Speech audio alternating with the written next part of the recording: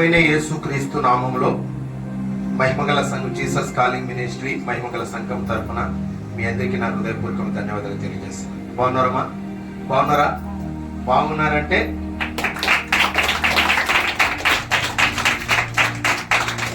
అంతేనా? హల్లెలూయా.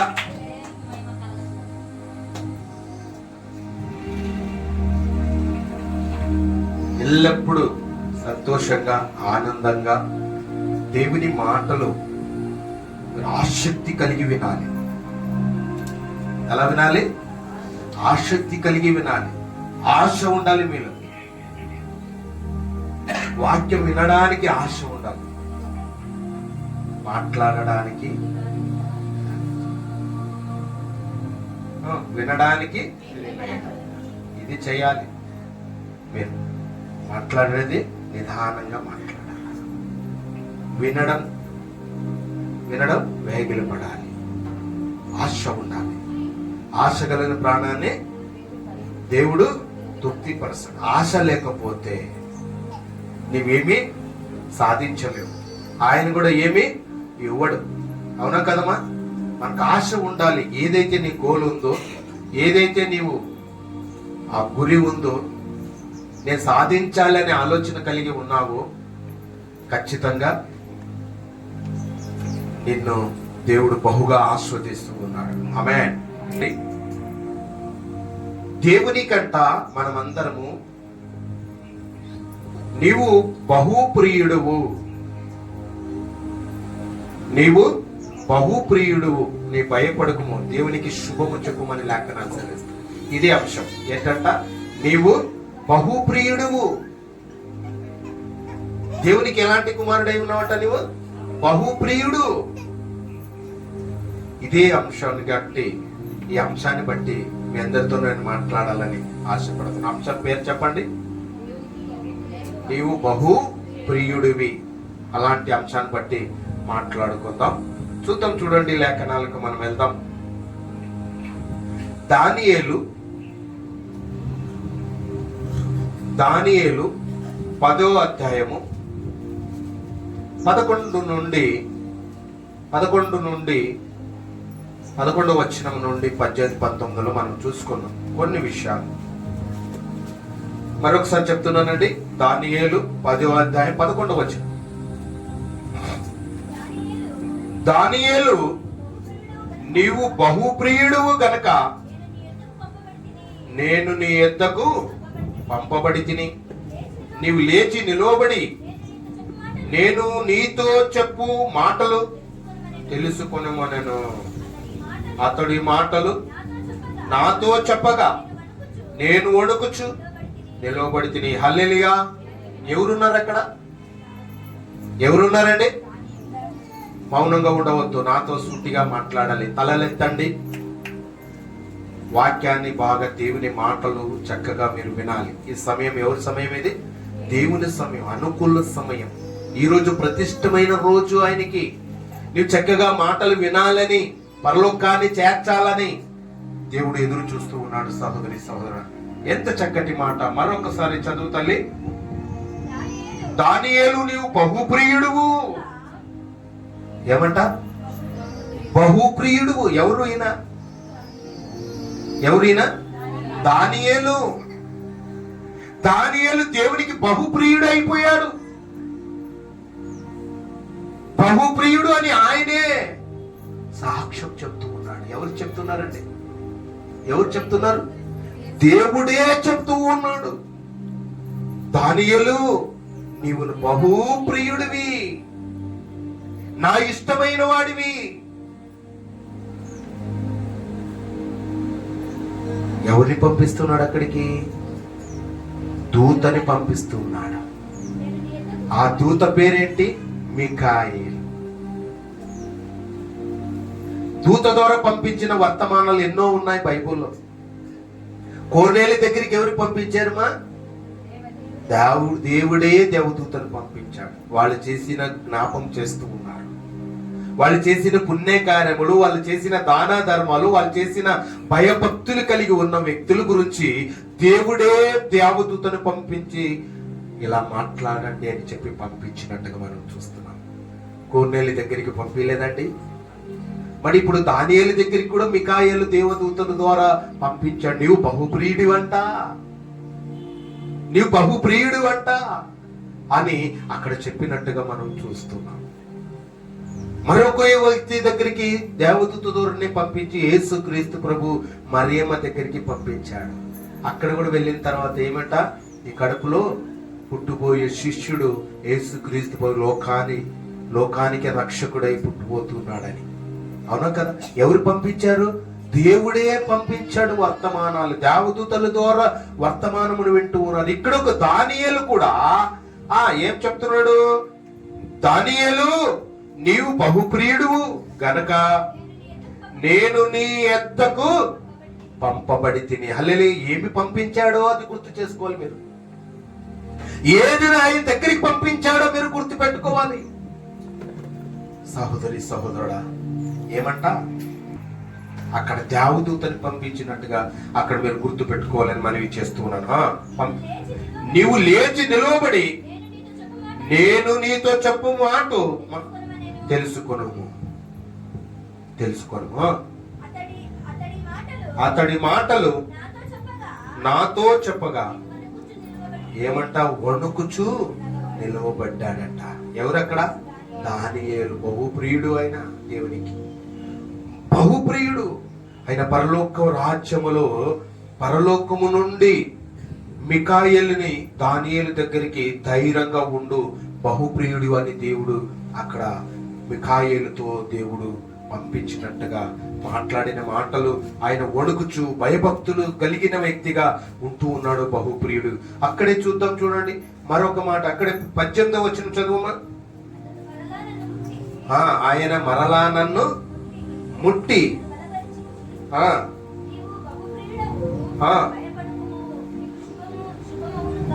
హల్లెలూయా. ఇక్కడ 18వ వచనం ఏమంట, అతడు మరలా నన్ను ముట్టి నన్ను బలపరిచి నీవు బహుప్రియుడు భయపడకుము, నీవు శుభము అవునుగాక అన్నాడట. ఏమంట? ధైర్యము తెచ్చుకో. అంటే ధైర్యము తెచ్చుకుంటే ఏమున్నట్టు? అక్కడ ధైర్యము లేనట్టు. ఆయన కుంగిపోతూ ఉన్నాడు, ఆయన బాధలో ఉన్నాడు, ఆయన చింతలో ఉన్నాడు, ఆయన వ్యసనములో ఉన్నాడు అనేది మనకు అర్థమవుతుంది క్లారిటీగా. అవునా కదండి? ఎస్ఆర్నో? అందుకే దేవుడు దేవదూత ద్వారా నా బహుప్రియుడి దగ్గరికి నీ వెళ్ళు, ఈ మాటలు తెలియచేయి, ధైర్యంగా ఉండు అని చెప్పు. ఏమండి? ఒకప్పుడు ఏం చేస్తూ ఉన్నాం, కాలేజీలో పిల్లలు చదివేటప్పుడు ఒకప్పుడు ఇంటర్నెట్ లేదు, ఏమండి, సెల్లులు లేవు, ఫోన్లు లేవు, ఏమీ లేదు. అప్పుడు ఏం చేసేవాళ్ళు? పూర్వకాలంలో లెటర్ రాసేవాళ్ళు. అవునా? అవునా కదండి? లెటర్ రాసి, అమ్మ ఇక్కడ మేము క్షేమంగా ఉన్నాము, మీరు ఎలా ఉన్నారు, మాకు మరలా చదివి మీ ఉత్తరం మీది మాకు పంపించమని ఒక లెటర్లో రాసి పంపించేవారు. అది ఎన్ని రోజులు చేరేది? 3 రోజులు చేరేది. అవునా కదండి? అవునా కదా? అలాగే అప్పుడు ఏమీ లేదు కాబట్టి దేవుడు వర్తమానమును పంపిస్తూ ఉన్నాడు. ఎవరి దగ్గరికి?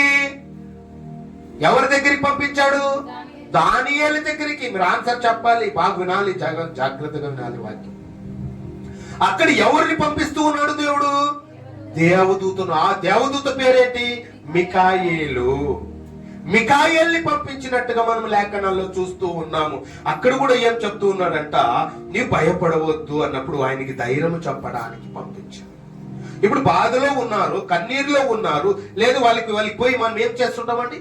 ఓదార్పును తీసుకుని వచ్చి వాళ్ళకి ధైర్యం చెప్తూ ఉంటాం. అవునా కదా? మనం అలాగే దేవుడు అంట, నా బిడ్డలే బాధపడకూడదు, చింతపడకూడదు, వ్యసన పడకూడదు, అనేక మందికి జనులకు చెప్పేవాడిగా నేను ఉంచాను, ఈ లోకంలో జ్యోతిగా ఉంచాను, వెలుగుగా ఉంచాను. నా దానియేలు దగ్గర నా ప్రియుడు, ఆయన దగ్గరికి నేను వెళ్ళు నాయన, వెళ్ళి ఇలాంటి నేనే చెప్పిన మాటలు మీరు ఆయనకి తెలియజేయి పంపించాడు. అదే మాట ఏం చెప్తున్నా 19వ వచనములో, నీవు బహుప్రియుడు భయపడకుము, నీకు శుభమును అవునుగాక, ధైర్యము తెచ్చుకొనుము, ధైర్యము తెచ్చుకొమ్మని నాతో చెప్పాను. చూసావా? అక్కడ ధైర్యపరచుకోమన్నాడు. అక్కడ ఏమంటున్నాడంట, నీకు శుభము అవునుగాక, ధైర్యము తెచ్చుకొనుము, మళ్ళా ధైర్యము తెచ్చుకొనుము. నాతో చెప్పుము. చెప్పాను. అతడు నాతో ఇట్లనగా, నేను ధైర్యము తెచ్చుకొని నీవు నన్ను ధైర్యపరిచితివి గనక నా ఏలిన వాడువని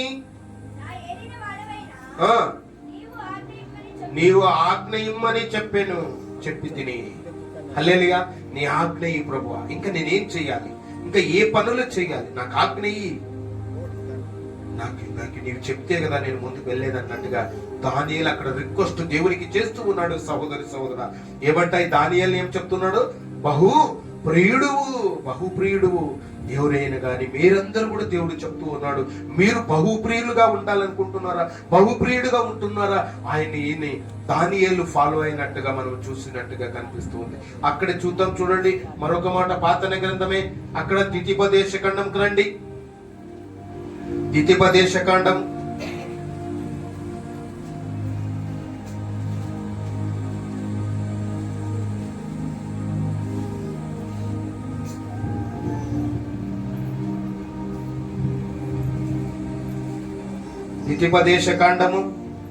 33వ అధ్యాయం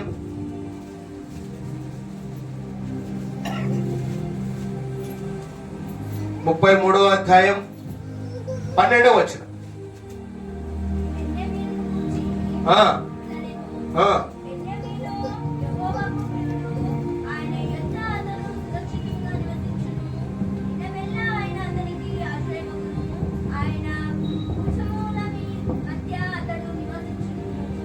మరొకసారి చదువుమా. బెన్యామీనును గూర్చి ఇట్లా నేను. అక్కడ ఎవరున్నారమ్మా? బెన్యామీను ఉన్నాడు. ఏమంట? ఎవరికి ప్రియుడు? యెహోవాకు ప్రియుడు, కన్న తండ్రికి ప్రియుడు. ఆయన ఎద్ద అతని సురక్షితముగా నివసించను. బహుప్రియుడుగా దేవునిలో ఉన్నాడు కాబట్టి, ఆయన భయభక్తులు కలిగి ఉన్నాడు కాబట్టి ఏమైనాడు? సురక్షితముగా ఆయన ఉంచినట్టుగా మనం చూస్తూ ఉన్నాం. ఎవరున్నారు ఇక్కడ? బెన్యామీను.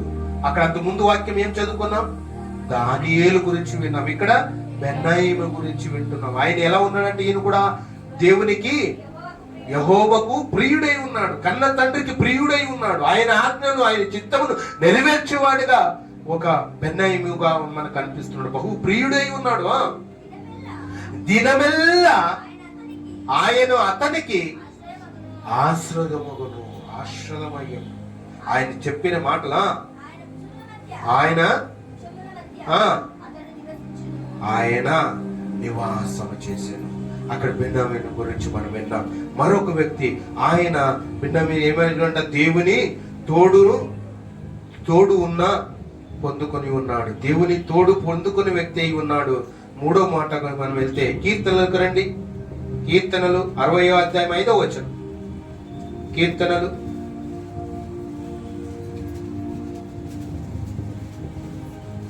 60వ అధ్యాయం 5వ వచనం.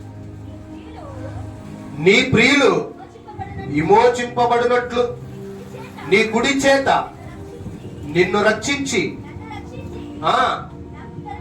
నాకు ఉత్తరమేమో. హల్లెలూయా. ఏమంటున్నాడు? నీ ప్రియులు విమోచింపబడినట్లు నీ కుడి చేత నన్ను రక్షించి నాకు ఉత్తరమేమో. ఇక్కడ ఏమంటున్నాడంట? ఎంత చక్కటి మాట. అక్కడ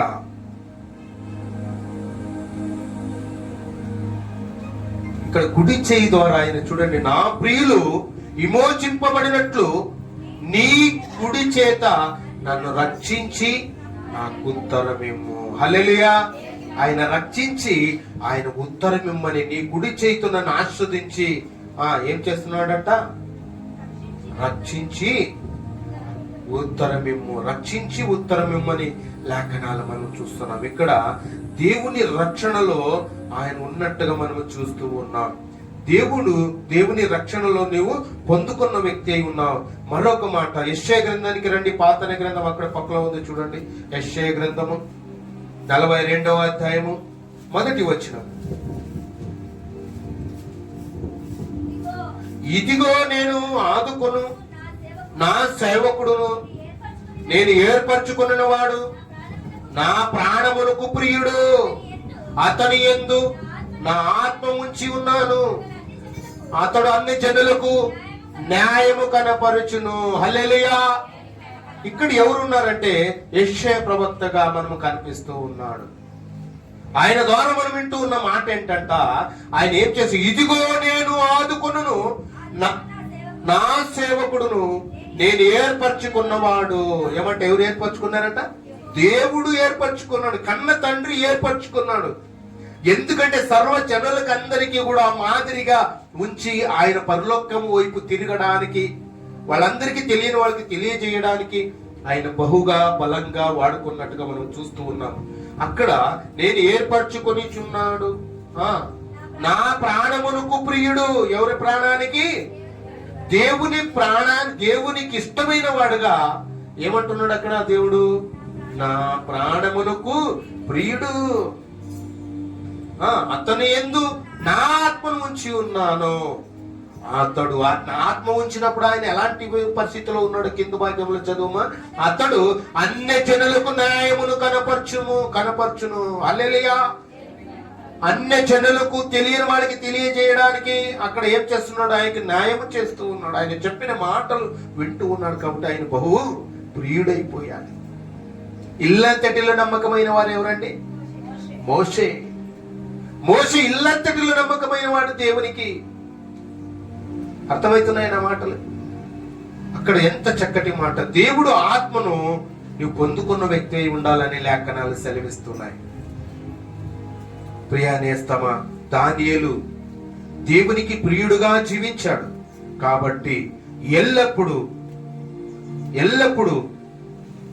మీరును శుభము పలుకుతూ, శుభము అంటే అనగా క్షేమం. శుభం అంటే ఏంటంట? క్షేమము కలిగినది నేడు నీకు కూడా. దానియేలు దేవుని ప్రియుడుగా జీవించాడు. నీ బలహీన సమయములోను, శక్తిని గాయపడే సమయములో స్వస్థతను పొందుకున్న వ్యక్తి దానియేలు మనకు కనిపిస్తూ ఉన్నాడు. అక్కడ ధైర్యము ఇలాగును శరీరమునకు ఆత్మను క్షేమము దేవుడు అనుగ్రహించుననే మాట మనం చూసుకుంటూ ఉన్నాం. సహోదరి సహోదరుడా, ఇంకొక మాట మీకు గుర్తు చేయాలని ఆశపడుతున్నాను. యెషయా గ్రంథంలో అక్కడే చూడండి, 45వ అధ్యాయం పక్కలోనే ఉంది చూడు. 45వ అధ్యాయం 14వ వచనం ఒక మాట రాయబడి ఉంది, చదువునన్నా. యెహోవా ఈ మాటలు సెలవిచ్చుచున్నాడు. జాగ్రత్తగా వినాలి. మాటలు సెలవిస్తూ ఉన్నాడు. ఎవరికి ఇస్తున్నాడు? జీసస్ కాలింగ్ మినిస్ట్రీ సంఘ సభ్యులందరికీ ఏం చెప్తున్నాడమ్మా? యెహోవా ఈ మాట సెలవిస్తున్నాడు. జాగ్రత్తగా మీరు వినండి. ఐగుప్తులు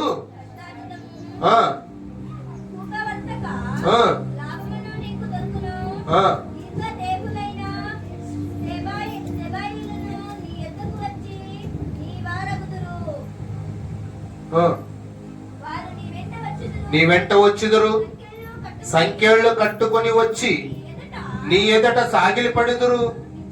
నిశ్చయముగా నీ మధ్య దేవుడు ఉన్నాడని, మరి ఏ దేవుడు లేడని, ఆయన తప్ప ఏ దేవుడు లేడని చెప్పుచు నీ విన్నపములు చేసిదురు. ఏమంట? అక్కడ ఎవరు ఉన్నారంట? ఇశ్రాయేలులు. ఎవరమ్మా? ఐగుప్తులు. అక్కడ యెహోవా ఈ మాట సెలవిచ్చి ఉన్నాడు. ఐగుప్తులు కష్టార్జితమును కూచు వర్తక లాభమును దొరుకును. హల్లెలూయా. అక్కడ లాభము దొరికేదిగా ఉంది. లాభాన్ని పొందుకున్న వ్యక్తి అయి ఉన్నావు. ఏ పనులు చేసినా దేవుని కృప లేకపోతే ఆశ్చర్యం ఉంటుందమ్మా? ఉంటుందా? ఉండదు. దేవుని చిత్తము లేకపోతే సగానికి ఆగిపోతూ ఉన్నారు. సగానికి మరి ఈ చోటు కాక ఇంకొక చోటుకి వెళ్ళినా, ఈ చోటు కాక ఇంకొక చోటుకి వెళ్ళినా, ఇంకొక చోటుకి వెళ్ళినా కూడా ఎక్కడికి పోయినా లాభము లేదు. ఎవరి కృప కావాలి? దేవుని కృప కావాలి. దేవుని ఆశీర్వాదాలు కావాలి.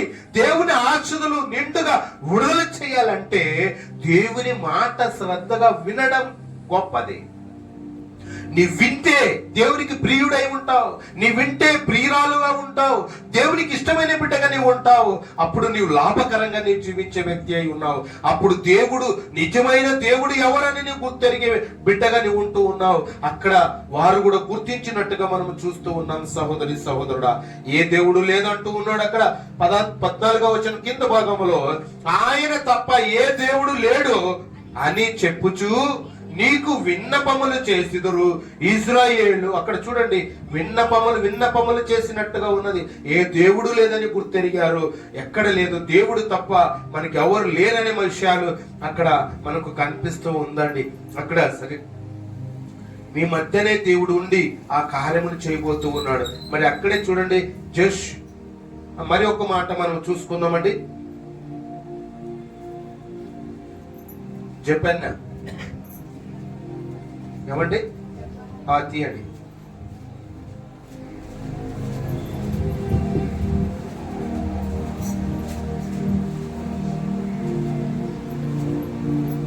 మూడవ అధ్యాయం 15వ వచనం. తాను మాకు విధించిన శిక్షను యెహోవా కొట్టివేయుచున్నాడు. హల్లెలూయా. ఏమంట, ఈ లోక చట్టాలు చూడండి, ఈ లోక చట్టాలు ఉన్నాయా? ఉన్నాయమ్మా? మా కళ్ళలు ఎత్తండి, ఒకసారి క్లాప్స్ కొట్టండి. ఎంత హల్లెలూయా. ఈ లోక చట్టాలు ఉన్నాయా? ఉన్నాయి కదమ్మా. ఈ చట్టాలు ఇవి శిక్షిస్తాయి.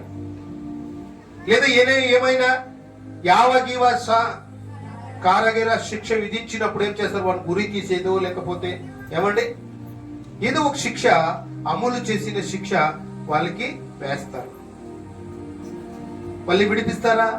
లేదు, వీళ్ళు శిక్ష వేస్తారు. ఈ లోకం అయితే శిక్ష వేస్తుంది. కానీ దేవుని చట్టం అంట ఏం చేస్తాడంట? తాను మీకు విధించిన శిక్షను కొట్టివేసి ఉన్నాడు. హల్లెలూయా. చప్పట్లు కొడదాం దేవునికి మహిమ గట్టిగా.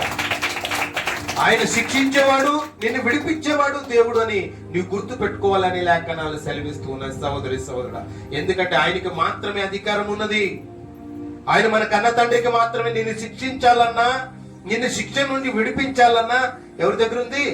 దేవుని దగ్గర ఉంది. మీ అందరూ కూడా దేవునికి బహుప్రియులుగా మీరు ఉండాలని దేవుడు కోరుతూ ఉన్నాడు. మరొకసారి చదువునానా? యెహోవా కొట్టివేసి ఉన్నాడు నీ శత్రువులను ఏం చేస్తున్నాడంట? వెళ్ళగొట్టి ఉన్నాడు. ఎందుకంటే ఆయన మీ మధ్యలో ఉన్నాడు.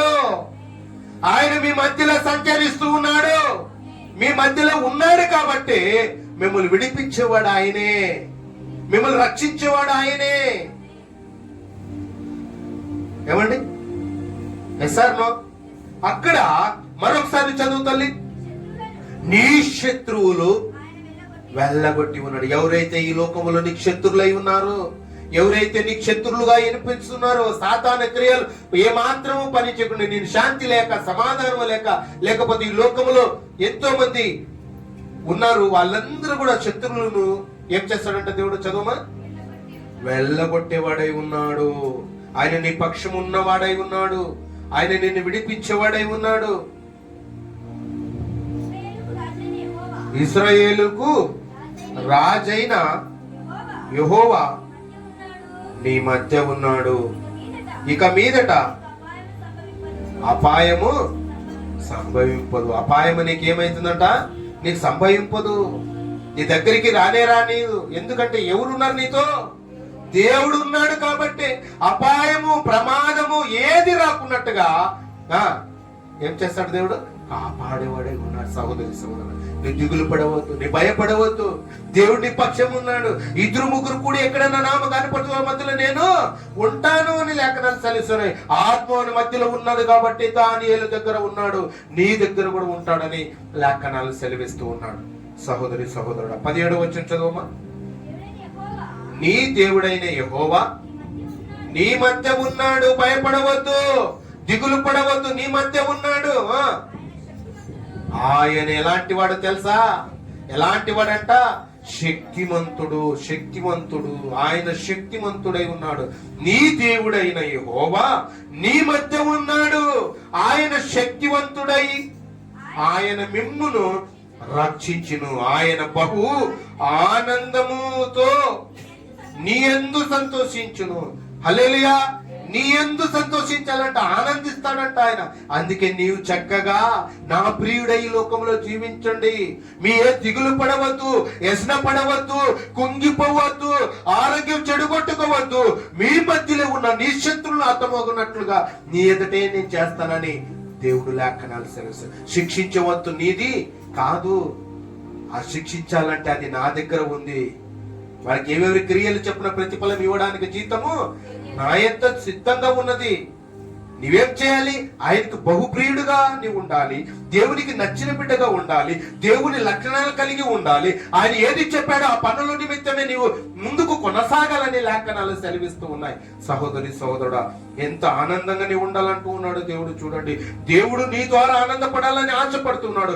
ఆనందముతో నీ యందు సంతోషించుచు నీ యందు తనకున్న ప్రేమను బట్టి శాంతము వహించి నీ యందలి సంతోషము చేత ఆయన హర్షించును. సంతోషము చేత ఆయన ఉండాలని అందుకే నీకు ఆశిస్తూ ఉన్నాడు. అందుకే ఆ రోగాలు వచ్చినా, బాధలు వచ్చినా, ఏదొచ్చినా ఆయన నడిపించుకుంటూ వస్తూ ఉన్నాడు.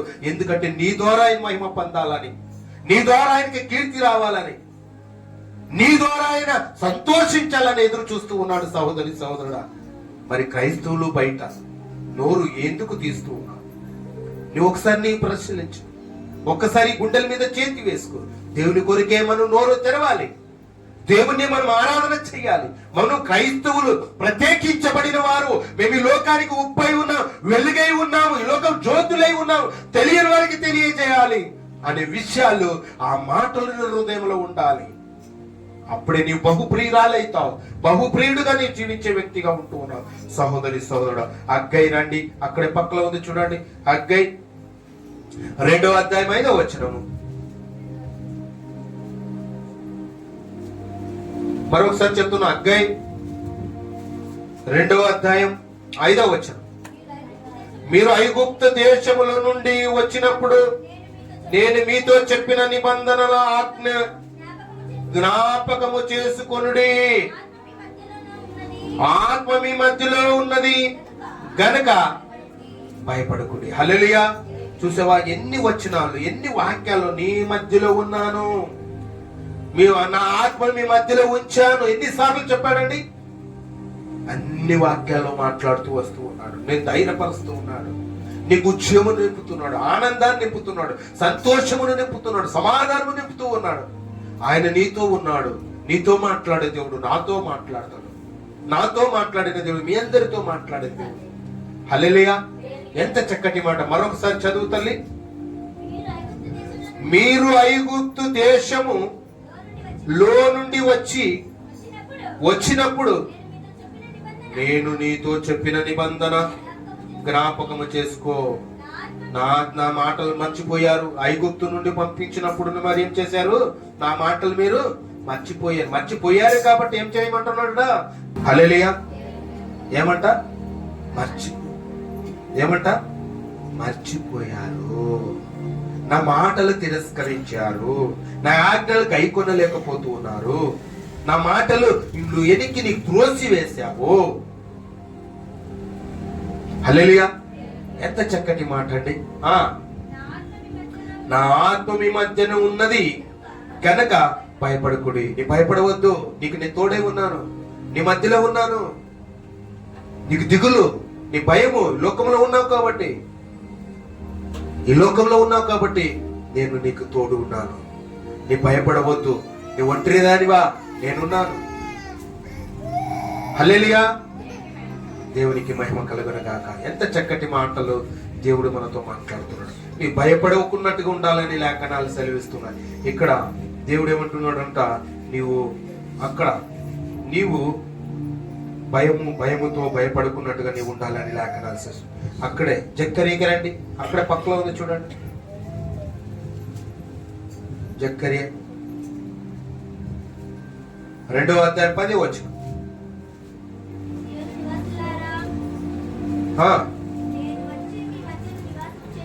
హల్లెలూయా. చప్పట్లు కొడతాం దేవునికి మహిమకరంగా. ఏమంట? నేను వచ్చి మీ మధ్యలో ఏం చేస్తాడంట? నివాసం ఉంటున్నాడు. ఇంకొకసారి కొట్టండి చప్పట్లు. హల్లెలూయా, హల్లెలూయా. దేవునికి మహిమకరంగా గాక. ఎంత చక్కటి మాట. మరొకసారి చదువునానా? సియోను నివాసులారా, నేను వచ్చి ఎవరి మధ్య? మన మధ్య నివాసం చేయబోతున్నాడు. సంతోషముగా ఉండి పాటలు పాడి, ఇదే యెహోవా వాక్కు. హల్లెలూయా. నీవెలా ఉండాలి? సంతోషంగా ఉండి. ఎందుకు మరి దిగులు? ఎందుకు అలా కుంగిపోతున్నావు? ఎందుకు ముఖాలు ఎలా పెట్టుకున్నాడు? సంతోషంగా ఉండు, ధైర్యంగా ఉండు, నీ భయపడవద్దు. నేను నీకు తోడై ఉన్నాను, మీ మధ్యలో నేనున్నాను. పరలోకము నుండి వచ్చి మీ మధ్యలో సంచారం చేస్తూ ఉన్నాను. హల్లెలూయా. ఎంత చక్కటి మాట. చదువునా? ఎంతట? సియోను నివాసులారా, నేను వచ్చి మీ మధ్యను నివాసము చేతును. సంతోషముగా నుండి పాటలు పాడి సంతోషంగా ఉండి. ఏం చేయాలి నువ్వు? పాటలు పాడు, ఆరాధన చేయి, గళమెత్తి పాట పాడు. నీకు స్వరాన్ని ఇచ్చాను, నీ చేతులు ఇచ్చాను, నీ కాళ్ళు ఇచ్చాను, నీ దేహం ఇచ్చాను. టోటల్లీ దేహం అంతా కూడా నా కొరకు నీ వాడబడాలి. చప్పట్లు కొడదాం దేవునికి. ఎంత చక్కటి మాట. మీరు నివాసం ఉంచుచున్నాడు. సంతోషముగా నుండి పాటలు పాడండి, ఇది యెహోవా వాక్కు. ఏం పాడమంటున్నాడు దేవుడు? కన్న తండ్రి చెప్తూ ఉన్నాడు. సంతోషంగా పాటలు పాడుతూ, నాట్యం ఆడుతూ. దావీదు మహారాజు ఎలా ఉన్నాడండి? నాట్యం ఆడుతూ, సంగీతము పాడుతూ, నాట్యాలాడుతూ దేవుని ఆరాధన చేశాడు. కాబట్టి చిన్నప్పుడే, చిన్న వయసులో ఉన్నప్పటికే దేవుడు తీసుకుని వచ్చి సింహాసనం మీద అభిషేకించిపోతున్నాడు. ఆమేన్. చూసారా? భక్తి చాలా ప్రాముఖ్యమైనదండి. భయభక్తులు చాలా ప్రాముఖ్యమైనది. దేవునికి హృదయం ఇవ్వడం చాలా ప్రాముఖ్యమైనది. నీ దిగులు పడవద్దు, నీ చింత చేయవద్దు. ఏదేమైనా నీ చింత చేసి జాండ వేస్తావా? జాండ తీసుకుంటారా? ఇస్తారండి? వేయగలరా? తీసుకోగలరా?